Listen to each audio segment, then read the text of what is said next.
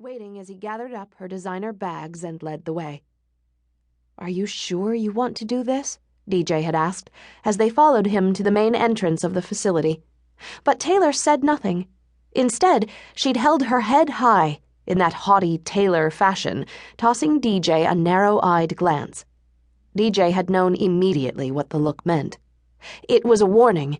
Keep your mouth shut before I let you have it. And that's just what DJ had done. Grandmother made a hissing sound through her lips, but continued to drive without speaking. This was a relief, since DJ didn't really want to discuss Taylor right now. She was still trying to grasp this strange turn of events herself. It felt surreal.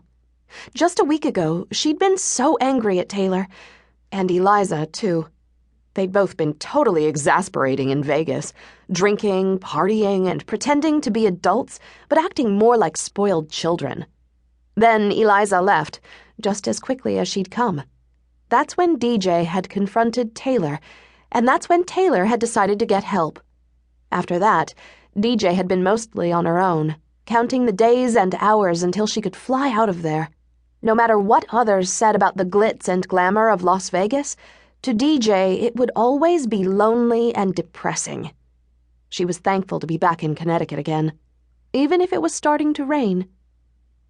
DJ had expected to feel relieved after she'd left Taylor at the rehab facility. Really, shouldn't she be thankful that Taylor was finally safe? Instead, DJ felt sad and worried and somewhat responsible.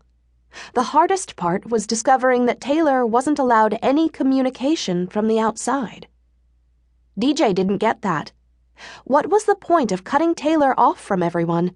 No cell phone calls, email, or anything. It seemed weird and slightly suspicious. Oh, sure, the rehab place had looked pretty swanky with its beachside location near Malibu.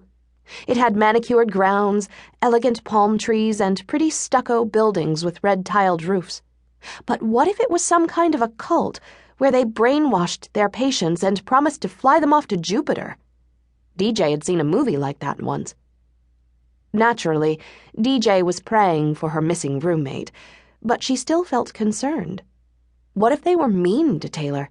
What if something bad had already happened and Taylor was unable to call for help?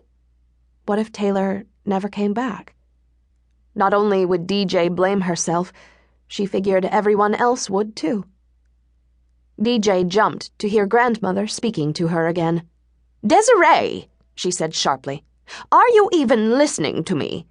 "Sorry." DJ turned to look at her. "What did you say?" "I was simply inquiring as to whether you girls got into some kind of trouble out there in Las Vegas." Grandmother had exited from the expressway by now, and they were coming into the outskirts of Crescent Cove. DJ was surprised at how thankful she was to see this town, the same town she'd been so eager to escape before Christmas. Not only that, but she missed her friends. She would be happy to see the other Carter House girls again. Well, except for Eliza. DJ wasn't too excited about seeing her. Hopefully, Eliza was still in France for a while longer. "No. Now, I expect you to be completely honest with me, Desiree. Did something happen to precipitate this rather shocking news? This news that Taylor is being treated for alcoholism?" The only thing that happened is that Taylor finally realized that she has a serious drinking problem. Remember, I tried to let you in on this shocking news some time ago? "Well, yes, I do recall the incident with the vodka bottle. I simply assumed it was a one-time occurrence." "I told you it wasn't." DJ could hear the edginess in her own voice, but she didn't even care. Really, wasn't this partially her grandmother's fault? Why hadn't she taken DJ's warnings more seriously? "I do know that girls will be girls, Desiree. You can't have spent as much time in the fashion industry as I have and not know this." "Were you ever like that?" asked DJ suddenly. "I mean, that girls will be girls bit? Did you do stuff like that? Did you do drugs or alcohol?" Grandmother cleared her throat. "I certainly wasn't."